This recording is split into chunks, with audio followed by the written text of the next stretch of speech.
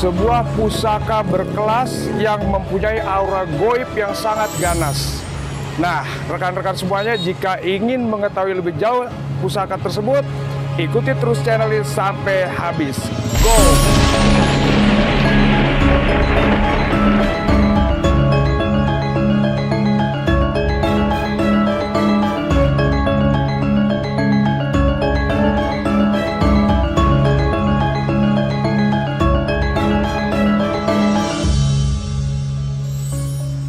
Bismillahirrahmanirrahim. Assalamualaikum warahmatullahi wabarakatuh.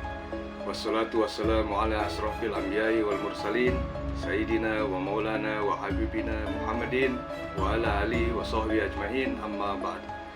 Rabbi shrah li sadri wa yassir li amri wahlul 'uqdatam min lisani yafqahu qawli. Rahayu, rahayu, rahayu. Selamat datang, selamat berjumpa kembali dengan saya Hadi di Pusaka Keramat Channel. Nah, di kesempatan kali ini ya saya ingin kembali membahas seputaran pusaka terkait dengan esoterinya. Pusaka apakah itu?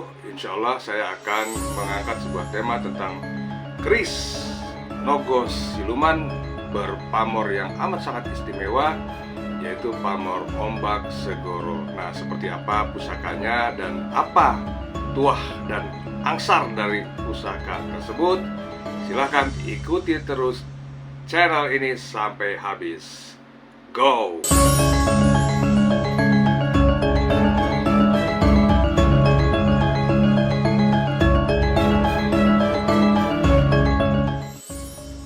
Baik, rekan-rekan semuanya, dimanapun Anda berada, ya, semoga semuanya selalu diberikan kesehatan, selalu diberikan rezeki yang cukup, ya.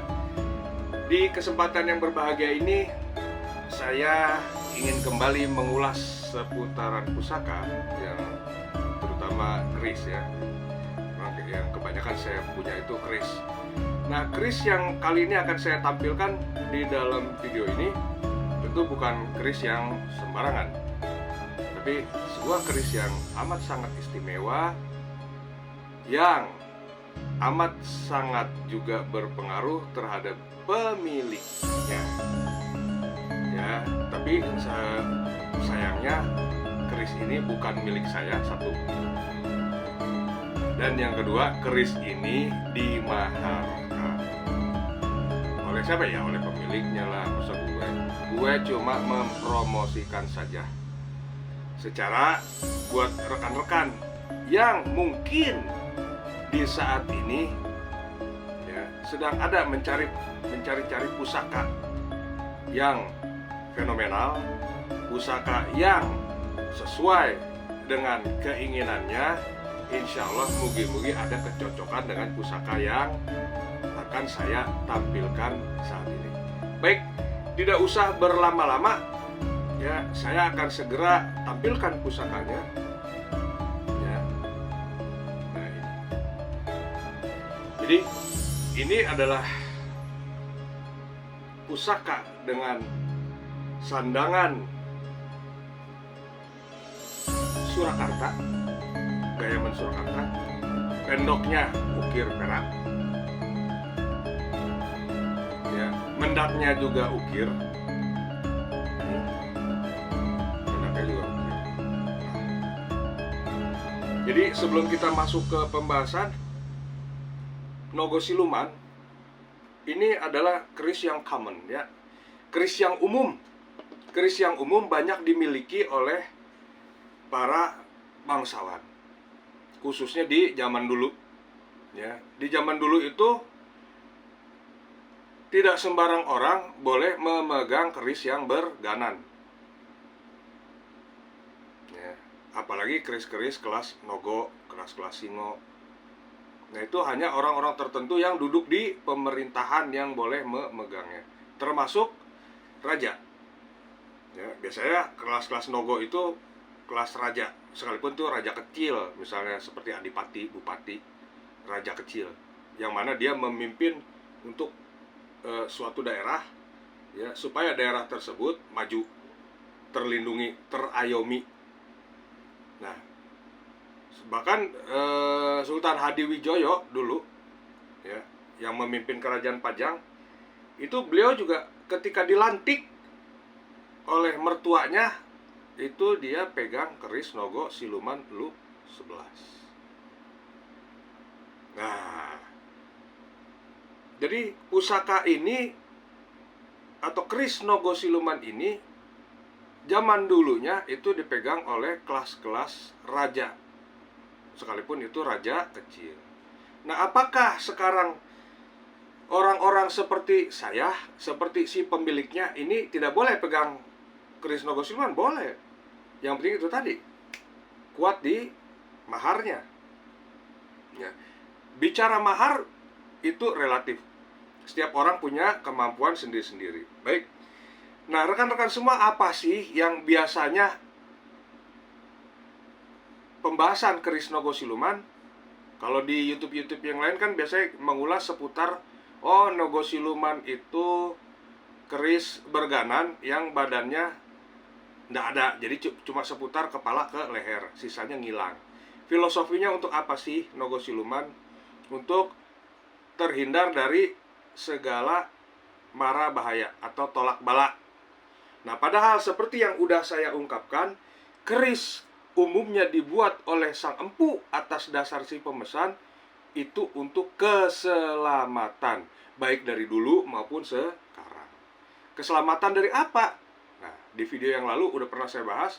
Yang pertama, itu kita selamat secara fisik. Ya, kalau zaman dulu itu kan perang, sering terjadi perang. Nah, supaya dalam peperangan itu kita selamat, nggak tergores, ya, tidak terluka sedikit pun. Nah, biar selamat. Satu, selamat badan. Yang kedua, selamat secara ekonomi. Selamat ekonomi supaya apa? Ya, kita jangan jadi bangkrut, jangan jadi orang yang papa atau orang miskin. Jadi unsur apa itu selamat dari ekonomi? Ya, selamat secara rezeki. Rezekinya jangan sampai hilang, jangan sampai putus. Yang ketiga, selamat apa? Selamat rumah tangga. Selamat rumah tangga, iya. Supaya jangan kita jadi pisah. Ya. Karena ibadah yang paling bagus itu adalah ibadah perkawinan, ibadah rumah tangga. Makanya iblis dan setan selalu berupaya untuk ngancurin rumah tangga dengan cara apapun. Ya. Makanya kalau orang zaman dulu, utamanya raja, utamanya bangsawan, bupati, adipati, bahkan sebagai kepala kampung sekalipun, rata-rata umumnya istrinya lebih dari satu. Ya coba aja telusurin sejarah zaman dulu, pasti orang yang memiliki kuasa itu istrinya lebih dari satu.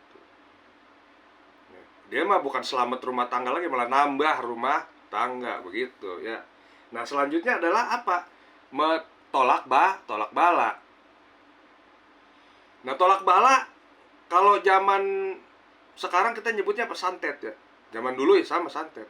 Jadi ngirim yang sifatnya kasar.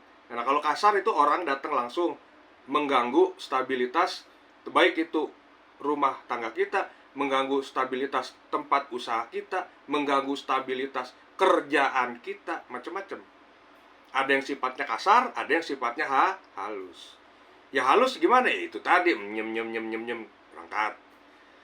Nah, pusaka, kelas-kelas pusaka model seperti ini diyakini atau dipercayai tuah dan angsarnya untuk menghalau atau memberikan selamat dari hal-hal itu tentu dengan seizin Gusti Allah, dengan seizin Tuhan yang Maha Esa. Tanpa ada seizin Tuhan yang Maha Esa, kun biiznillah tidak akan terjadi. Jadi gitu rekan-rekannya. Nah, si empu mendoakan si calon pemilik pusaka itu tadi atas permintaan si calon pemilik pusaka itu tadi, didoakan oleh sang empu. Yang utamanya itu tadi, keselamatan. Selamat dari apa? Dari 4 hal itu tadi. Monggo rekan-rekan yang bisa mungkin menambahkan silahkan. Saya cuma jabarkan 4, sisanya mau ditambahkan silahkan.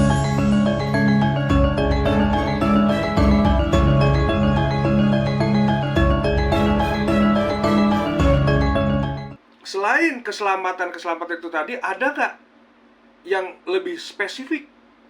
Ada. Ya, yang lebih spesifik, misalnya Pak Haji, yang lebih spesifik dari keempat itu ada nggak? Ada. Tapi umumnya diambil dari empat itu, diambil satu. Misalnya keselamatan fisik, berarti lu tekbal, kebal, dihajar sama orang, das, dihajar begini, nggak nyampe, kebal. Terus yang lebih spesifik lagi apa? Secara ekonomi, ya, keris ini bisa mendatangkan rezeki. Nah, rezeki dari apa? Ya tentu dari pekerjaan kita. Ya, kita berprofesi sebagai apa? Direktur, sebagai marketing, sebagai jasa, sebagai kuliner, ya macam-macam. Jadi spesifikasinya tentu akan kita rasakan. Nah, ketika Anda dulu, katakanlah orang zaman dulu itu ketika memohon membuat pusaka ini, maksud dan tujuan untuk apa? Ya. Nah, sekarang kita lihat aja pusakanya seperti apa, ya. Ingat sekali lagi, pusaka ini ya dimaharkan oleh, kalau saya sih bisa bilang selain teman, dia juga udah seperti saudara saya sendiri. Ya. Ini pusaka dimaharkan. Ya, kita lihat pusakanya seperti apa. Bismillahirrahmanirrahim. Salam.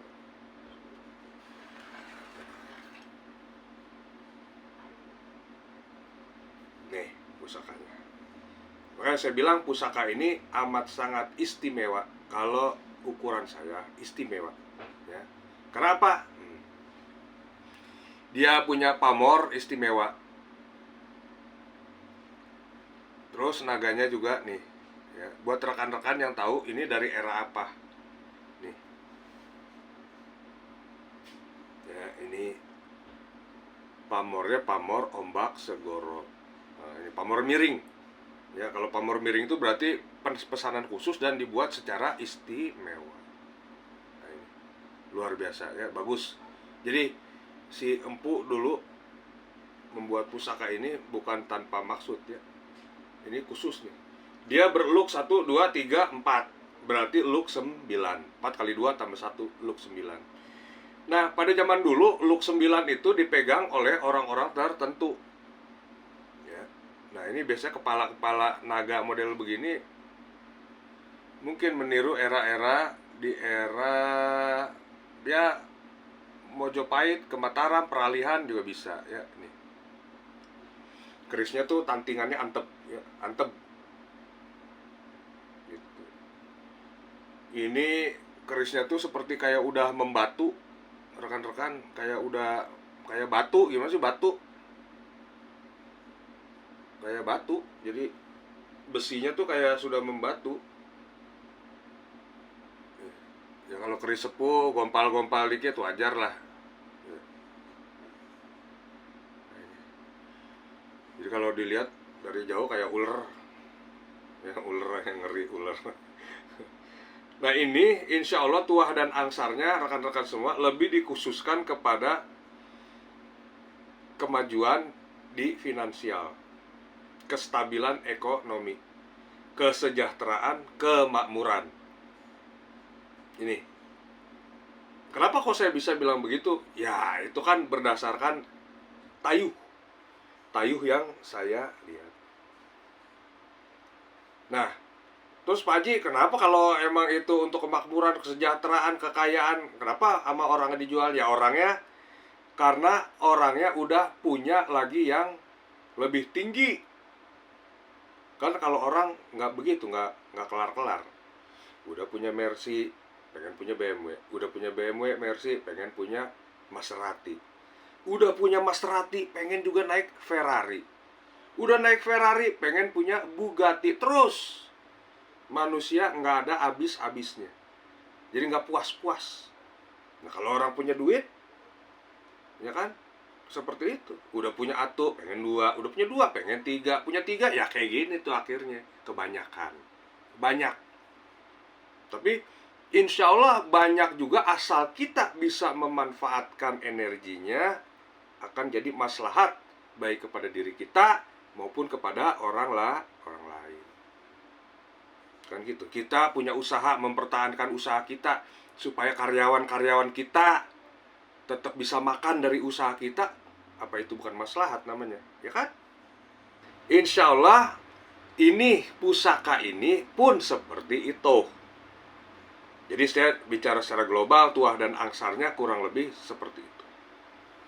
Ya kalau mau tahu Pak Haji, pengen tahu, cek dalamnya apaan sih, isinya apaan? Ya lu kemari, ya, syukur-syukur nih, lu bayarin nih, ya, lu kemari nih, dalamnya apa? Nah, buat nanti memang ada yang tertarik, berminat terhadap pusaka ini, ya, tuah dan angsar tadi sudah saya sebut kurang lebih seperti itu. Tapi kalau untuk mengetahui kepada dalamnya, agar nanti kita bisa mentreatmentnya dengan baik, silakan untuk datang bersilaturahim. Atau kalau misalnya rekan-rekan semua jauh, silakan telepon. Pak Haji, untuk mahar berapa Pak Haji? Maharnya amat sangat terjangkau untuk sekelas nogo, ya. Amat sangat terjangkau lah. Ya, itu mah relatif. Ya, mahal atau murah itu relatif.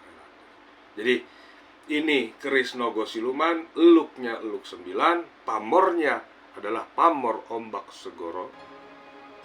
Diyakini tuahnya adalah untuk itu tadi, ya, kemakmuran, kesejahteraan, kestabilan ekonomi. Ya, siapa-siapa yang memiliki pusaka ini, ya saya tadi bilang keselamatan itu membuat salah satunya adalah keselamatan secara finansial.